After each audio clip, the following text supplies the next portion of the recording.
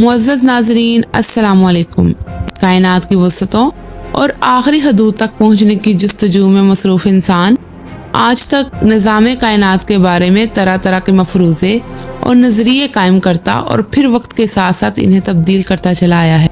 कायनात एक ही है या बहुत से जहानाबाद है? ये साइंसदानों और फलसफियों के लिए हमेशा से ही एक बड़ा सवाल बना रहा है। इस हवाले से कुरान मजीद में वाज़िह इशारे मौजूद हैं जिनसे ये मालूम होता है कि दुनिया बस यही नहीं है जहां हम रहते हैं, बल्कि ज़मानों मकान की और भी दुनिया आबाद है। इस हवाले से आज साइंसदान इस थ्योरी को सच साबित करने की कोशिश कर रहे हैं कि क्या हमारी ज़मीन के सिवा कोई और ज़मीन भी मौजूद है? क्या वहाँ भी हमारे जैसे ही इंसान मौजूद हैं? अल्लाह पाक इस सवाल का जवाब देते हुए अपनी मुक़द्दस किताब में फरमाते हैं, अल्लाह वो है जिसने 7 आसमान पैदा फरमाए और इसकी मानी ज़मीनें भी। इनके दरमियान अल्लाह का हुक्म नाजिल होता है ताकि तुम जान लो कि बेशक अल्लाह हर चीज पर कुदरत रखने वाला है। सहीह बुखारी और दीगर कुतुब हदीस में इस आयत के ज़मन में एक और रवायत मौजूद है कि मुफस्सिर कुरान हजरत इब्ने अब्बास के पास एक शख्स आया और इसने सूरह तलाक की इस आयत की तफसीर पूछी। हजरत इब्ने अब्बास खामोश रहे और इस शख्स ने दोबारा इसरार किया और पूछा कि आप इसकी वजाहत करने से गुरेज क्यों कर रहे हैं? इस पर हजरत इब्ने अब्बास ने कहा कि 7 ज़मीनों से मुराद हमारी ही ज़मीन है और हमारी ही ज़मीन जैसी 7 और ज़मीनें हैं और हर ज़मीन पर हमारे पैगंबर मोहम्मद सल्लल्लाहु अलैहि वसल्लम की तरह एक रसूल आए हैं। हजरत आदम अलैहिस्सलाम की तरह वहाँ भी आदम और हजरत नूह की तरह वहाँ भी हजरत नूह और इसी तरह हजरत इब्राहिम, मूसा और हजरत ईसा की तरह वहाँ भी नबी मबूस हुए हैं।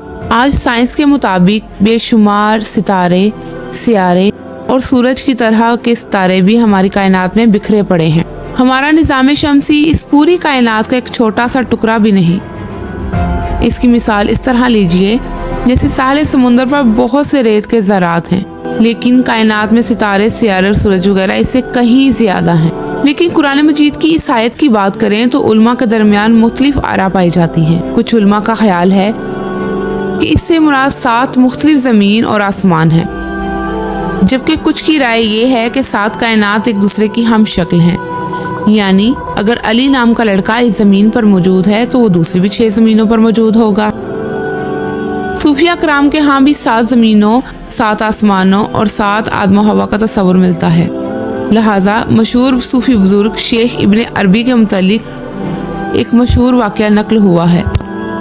शेख इब्ने अरबी फरमाते हैं कि मैंने एक मर्तबा एक ऐसी कौम के साथ बैतुल्लाह का तवाफ किया जिनको मैं नहीं जानता था।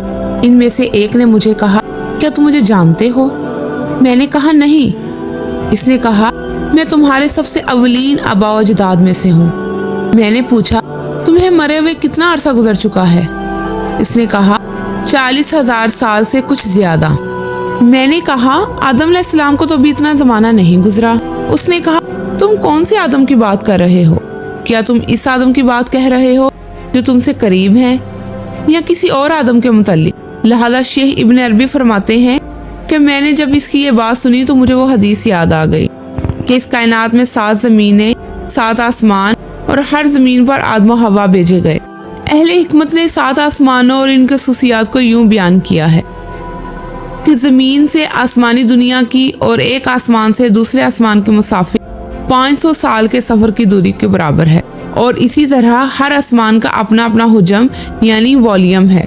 पहला आसमान दूध से भी ज़्यादा सफ़ेद है मगर कोकाफ की सब्ज़ी की वजह से हरा नजर आता है। इस आसमान का नाम रुकैया है। दूसरे आसमान का नाम फेदूम या माउन है और ऐसे लोहे का है जिससे रोशनी की शुआएं फूटती हैं। तीसरे आसमान का नाम मलकूत या खयून है और वो तांबे का है। चौथे आसमान का नाम ज़हरा है और वो आंखों में हैरगी पैदा करने वाली सफ़ेद चांदी से बना है। 7वें आसमान का नाम लाबिया या दामिया है जो सुर्ख याकूत का है اور اسی میں بیت المعمور ہے۔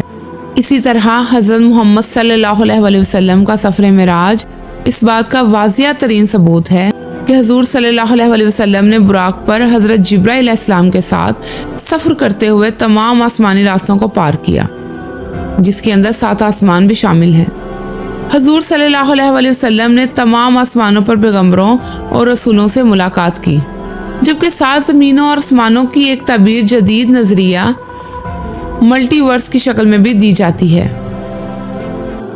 دراصل ہماری زمین پر کچھ جاندار ایسے ہیں جن کو ہم اپنی آنکھوں سے دیکھ سکتے ہیں، مثلاً چوپائے، رینگنے والی مخلوق اور چرند و پرند وغیرہ، جو ہمارے ساتھ اسی زمین پر زندگی گزارتے ہیں، جبکہ کچھ جاندار ایسے ہیں جو ہماری نظروں سے بھی اوجھل ہیں، مثلاً خردبینی مخلوق، وائرس اور بیکٹیریا وغیرہ، جنہیں ہم اپنی آنکھوں سے نہیں دیکھ سکتے۔